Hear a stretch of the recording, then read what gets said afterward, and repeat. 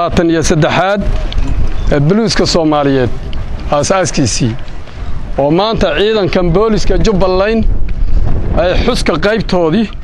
كقاتين عيدا كان بوليسك جبلين وحو هيك سنة إن أو تخصصية بوليسك الصوماليات أولها هجامده كلا دوان إلى أفر طبعا يكبدنها إنه تخصصية دي بحيو هيك سنة عيدا كان بوليسك جبلين دفعدي كوات waxay noo soo baxday 24 bishii shanaad 2016 difacadii labaad ciidanka booliska Jubbaland wuxuu difacadiisi labaad dugsiga nooga soo baxay 3 bishii tobnaad ama October 2016 ciidanka muddada yar uu joogay waxaa la siiyay koorsooyin yar ah oo takhasusiyadii buluuska hogaamada ka mid ah waxaa ka mid ahaa CAD oo federaalka ay noo soo direen niman macallimiin ah 30 askari 30 cashaa la tababaray kooxda banda musico oo hadda aad arkaysaan qalabkeedina qaarna heshay qaarna wali u dhiman yahay ayadana isla tababarkaas macallimiintii noogu timid macallinka haddaba hortaagan baa ka mid ahaa sidii uu tababarka ugu wadaa ciidankaas oo haddana tirsigooda yahay 31 oo tiradoodana maartay in la sii badiyo aan rabno isla tababarkaas waxaa qaatay 6 askari oo la baray qaabka isgaarsiinta la baray oo isgaarsiintina ay noo shaqaysaa hadda raadiye iyo gacamaba way noo shaqeeyaan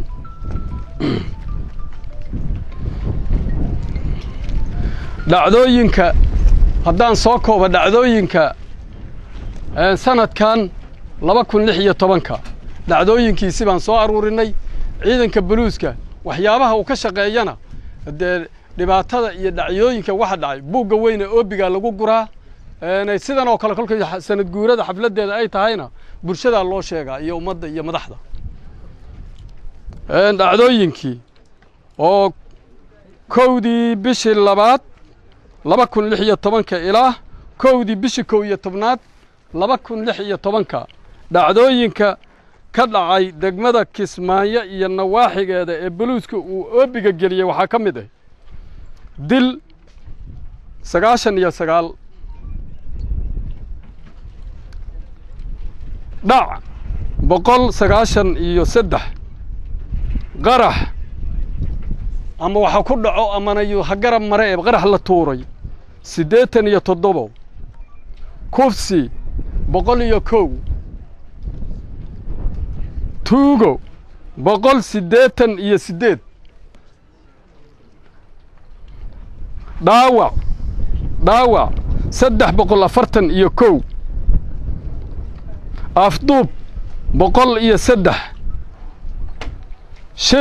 shilka baabuurta 131 isku day dil 86 dagaal oo si kasta ha u dhacay xaafad amana maartay shakhsiyaad la diiwaan geliyay oo oobiga la geliyay waxa way 297 mudanayaal iyo marwooyin dhammaan waxaan helmaamay salaantii ay mas'uuliyiinta isku timid dib baan ka qalaynaya haddaan dib ka raacinaya iga raali ahaada madaxweyne ku xigeenka koowaad wasiirada gudoomiyaha baarlamaanka xubnaha baarlamaanka dhaqanka ciidamada qalabka sida saraakiisha